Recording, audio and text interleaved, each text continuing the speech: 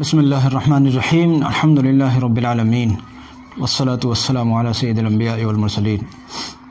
آج ہم 12 اگست 2020 میں آپ کے ساتھ حاضر خدمت ہیں۔ میں تاریخ اس لیے بتا رہا ہوں کہ کل گزشتہ 11 اگست 2020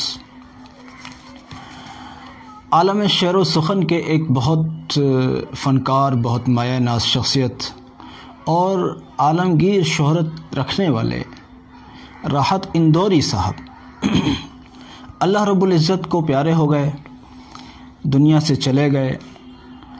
اور راحت اندوری صاحب کا کیا ذکر کیجیے۔ راحت اندوری صاحب اپنے فن کے ایسے سورما تھے، ایسے فنکار تھے کہ میں سمجھتا ہوں کہ ان کو وہ لوگ بھی سنتے ہیں جن لوگوں کا اردو سے دور کا بھی رشتہ نہیں ہے۔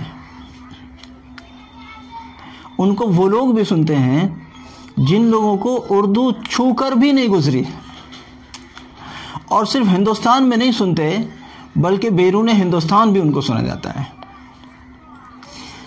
میں آج راحت اندوری صاحب کا جو ذکر کر رہا ہوں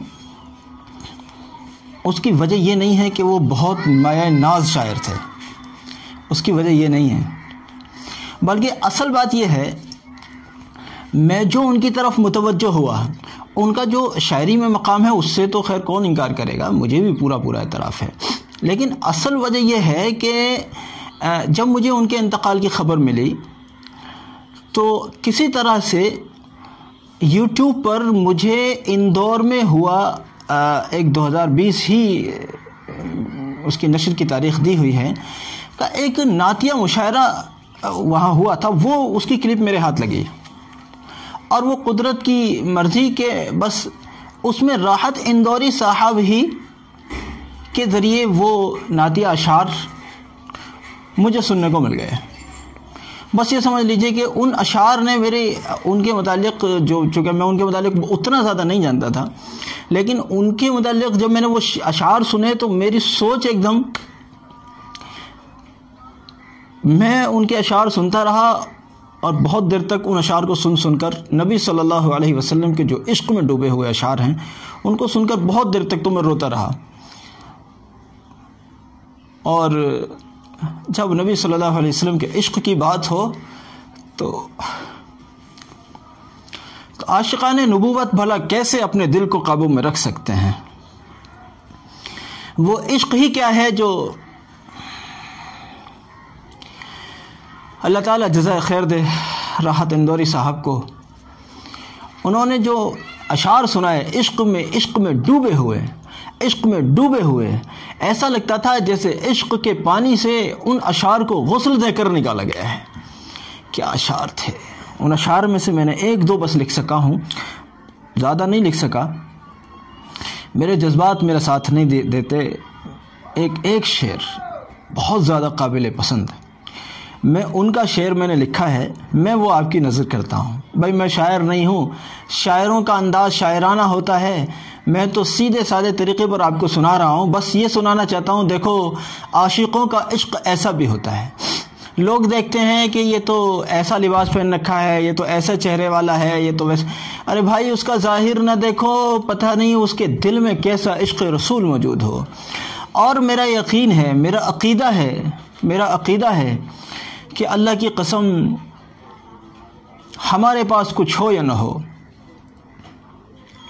اللہ رب العزت کرے نبی صلی اللہ علیہ وسلم کا عشق ہمارے لیے مغفرت کا سبب بن جائے۔ یہ ہمارا یقین ہے انشاءاللہ کہ جس دل میں عشق نبی صلی اللہ علیہ وسلم ہوگا وہ شخص شفاعت رسول صلی اللہ علیہ وسلم سے محروم نہیں ہوگا انشاءاللہ۔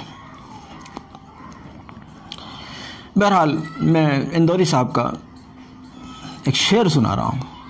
وہ کہتے ہیں کہ کچھ دن سے میری سوچ کی گہرائی بڑھ گئی، کچھ دن سے میری سوچ کی گہرائی بڑھ گئی، کچھ دن سے میری فکر کی اونچائی بڑھ گئی، نالین جب سے آپ کے دیکھے ہیں خواب میں، نالین جب سے آپ کے دیکھے ہیں خواب میں، محسوس ہو رہا ہے کہ بینائی بڑھ گئی۔ یہ ہے عاشقوں کی بات، یہ ہے عاشقوں کی بات۔ میں تو اندوری صاحب کو ایک عام شاعر ہی، بس جیسے سب شاعر ہوتے ہیں ایسے ہی ایک عام شاعر ہیں، لیکن آج جب میں نے اس کلپ کو بنانے سے پہلے جب صبح میں نے ان کی اس کلپ کو سنا جس میں انہوں نے یہ شعر اور ایسے بہت سارے اشعار، میں اصل میں اپنے جذبات پر قابو نہیں رکھ سکتا، اس لیے میں نے سب اشعار کو یہاں جمع نہیں کیا، بس ایک شعر بطور نمونہ میں نے عاشقوں کی نظر کیا ہے کہ جو اہل دل حضرات ہیں، تاکہ وہ سمجھ سکیں کہ کیا اندوری صاحب نے کیسے اشعار کہے ہیں۔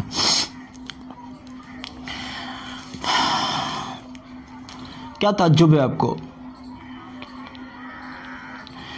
جو شخص نالین نبوت صلی اللہ علیہ وسلم کے بارے میں ایسی بات کہتا ہو، ایسی بات سوچتا ہو، وہ نبی صلی اللہ علیہ وسلم کے بارے میں کیا عجب سوچتا ہوگا۔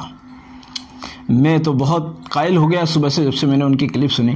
اور ایک بات اور یہ ہے کہ انہوں نے بڑی عجب بات یہ بتائی، ہمارے ہاں تو یہ سوال ہوتا ہے پتہ نہیں یہ آدمی کون ہوگا، کیسا ہوگا، بڑی عجب انہوں نے اسی کلپ میں یہ والی بات بتائی کہ اللہ کے فضل سے مجھے روضہ رسول صلی اللہ علیہ وسلم پر 20 مرتبہ حاضر ہونے کا شرف حاصل ہوا۔ آپ کیا سمجھتے ہیں 20 مرتبہ نبی صلی اللہ علیہ وسلم کے روضہ مبارک پر حاضر ہونا کتنی بڑی بات ہے۔ میں نے ہمیشہ کہا ہے اور پھر کہتا ہوں، وہاں لوگ پیسوں کی بنیاد پر نہیں جاتے ہیں، پیسے والے کروڑوں لوگ یہاں بھی پڑے ہوئے ہیں جن کو کبھی عمرے پہ بھی جانے کا موقع نہ مل سکا۔